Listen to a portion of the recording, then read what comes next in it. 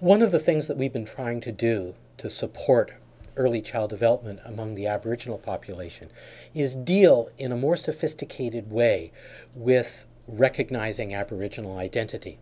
Accordingly, in 2008-9 and on into the future, we've added a question to the EDI, which asks the kindergarten teachers whether or not they can identify which Aboriginal language, if any, the child is identified with.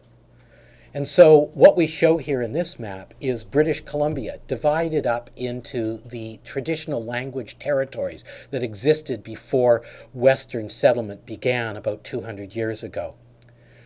The province, therefore, is divided up into approximately 30 areas.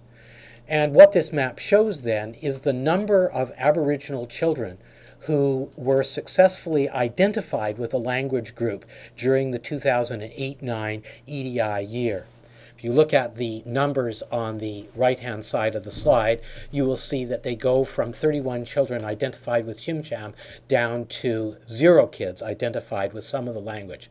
So a total of 142 Aboriginal children were in fact identified with a BC Aboriginal language.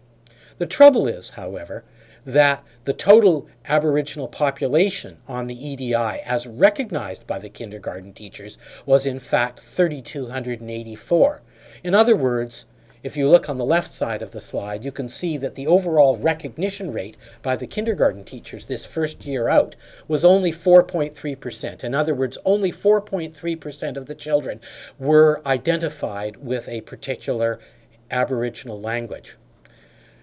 Now, we don't really know how many children can be identified with an Aboriginal language. After all, many of the children's backgrounds may be so far in the background and that their cultural frame may be so assimilated that there is no meaningful connection.